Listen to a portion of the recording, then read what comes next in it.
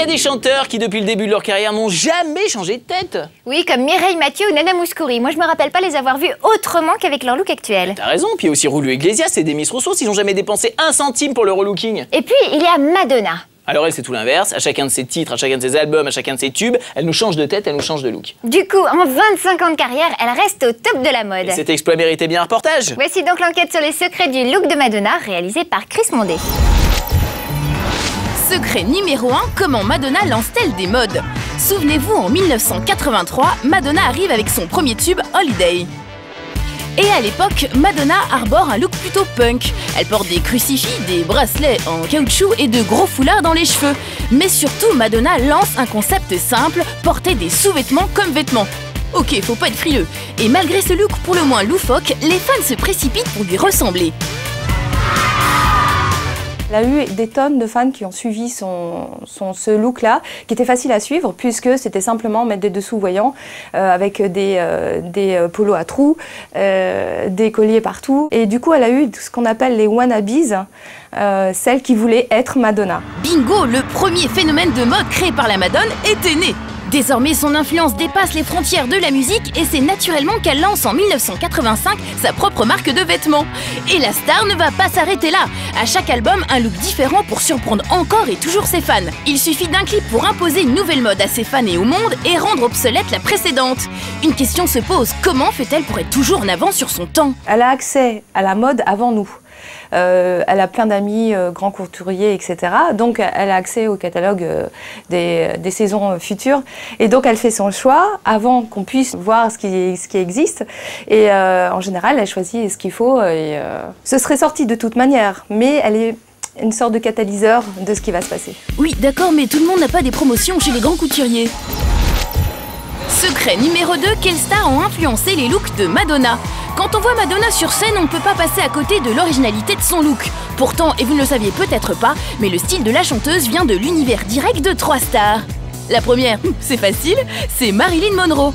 Madonna s'est toujours inspirée du glamour de l'actrice et n'hésite pas à lui rendre hommage dans le clip Material Girl en 1985.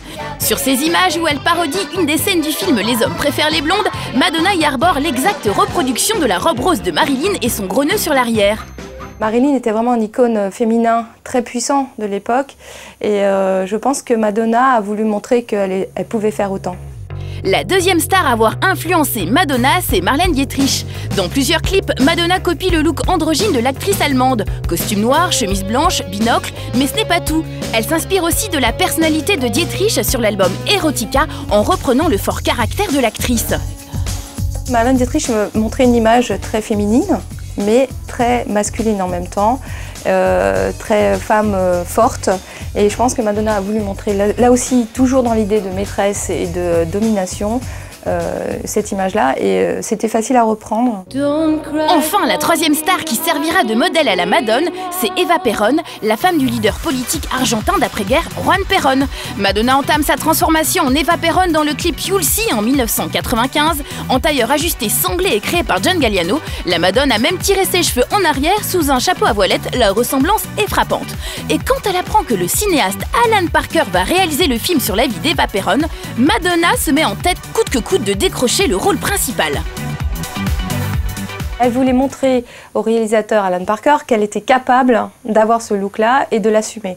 Donc elle a tout fait pour avoir ce film et elle l'a eu. Elle a écrit une longue lettre, elle a changé de look, elle s'est un peu rangée et par la suite elle l'a pas vraiment gardé, elle a très vite changé. C'est vrai qu'aujourd'hui le look actuel de Madonna c'est plutôt d'Adam. Secret numéro 3, pourquoi le père de Madonna est-il à l'origine d'un changement de look? En 1986, Madonna enchaîne les succès et sort son 3e album True Blue.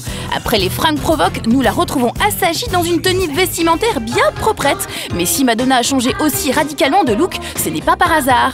Quelques mois avant, lors de sa première tournée mondiale, The Live Virgin Tour, Tony Ciccione, le père de Madonna est outré de voir sa fille déambuler sur scène en tenue légère tout en donnant ses petites culottes au public. Il le fait savoir et Madonna va donc essayer de se racheter en ayant un look plus sobre, notamment dans le clip Papa Don't Preach. Je pense que c'était un message via la musique pour son père à l'époque, assez autobiographique. Voilà comment un père a réussi à faire entendre raison à sa fille, fut-elle la meilleure pop singer de ces 30 dernières années.